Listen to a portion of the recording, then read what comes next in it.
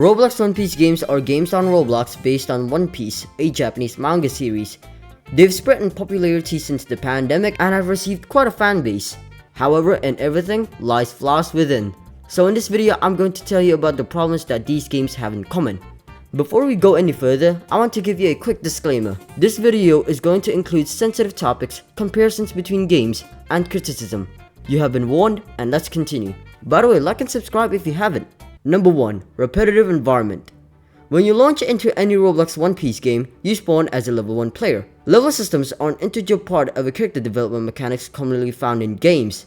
Basically, the higher level you are, the stronger you are. However, it just feels so repetitive doing such things like doing quests, killing NPCs, getting money, gaining levels, getting fruits, getting swords, getting accessories, and the loop never ends. It only ends once you reach max level. All the developers need to do is just increase it by around hundreds, and the loop continues again. Number 2. Copycats. Blox Fruits is a really popular game. It is known for being the king of all One Piece games. And of course, it has got to have some clones or get copied and pasted by other developers. I haven't even mentioned the exact same sound effects that I heard in every One Piece game I played, which makes it obvious that they just copied from one another. For no reason, Yoru is a game pass in every single One Piece game. I don't know why, I think it's part of the culture and traditions, but talking about game passes. Number 3. Microtransactions. Fruits, money, game passes cost Robux. An abnormal amount of Robux.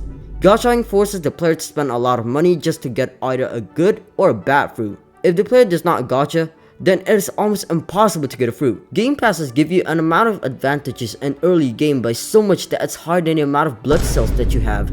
Not to mention that they're all expensive. Like, I do get it, you need money to pay out the developers and satisfy yourself, but your game is just gonna be known for being paid to win. Speaking about money, we have number 4. Low quality. Similar to the previous reason, some developers are just that greedy of a person that they're willing to make the worst game in history just to get the slightest amount of profit off of it. If you're a developer, you must know what makes a game bad.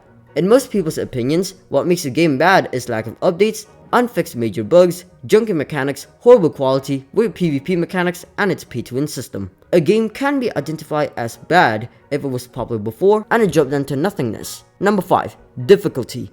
Of course, a team of developers will try to make their game as hard as possible to progress, in hopes of keeping players in the game. Developers can slow down the player's progress by making so that doing a quest takes a long time, either by scattering the NPCs or even making them hard to defeat, making the islands so far away from each other, making weapons impossible to get, making rewards unfair, letting cheaters exist, and many more. Combine all of the above with poor quality, then it just frustrates the players. In conclusion, most players do not have the dedication to do such hard things. So those were the things that I think people generally hate about One Piece games. If there's more, then comment down below. Remember, I didn't make this video to send any hate towards any game or any developer. Instead, the purpose is to make them realize their flaws. Thank you so much for watching, and have a nice day.